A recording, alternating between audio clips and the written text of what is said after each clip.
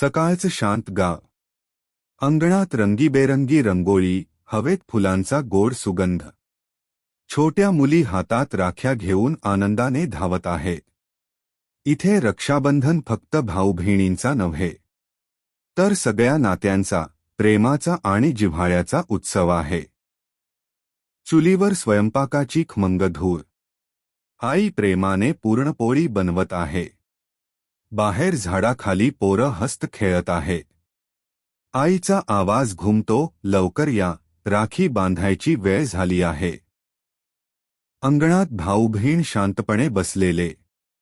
बहीण हळूवार राखी बांधते, ओवाळते आणि भाऊ तिला प्रेमाने गोड भेटवस्तू देतो.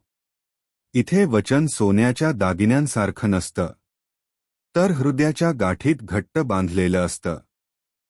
गावातील मुली हस्तानंदात गावच्या पोलीस, डॉक्टर, शेतकरी आणि सैनिकांना राखी बांधतात. कारण संरक्षण फक्त भावाचं नसतं, ते गावाचं, मातीतलं आणि आपुलकीचंही असतं. संध्याकाळी सारा गाव एकत्र बसून जेवत आहे, हस्तगप्पा मारत आहे.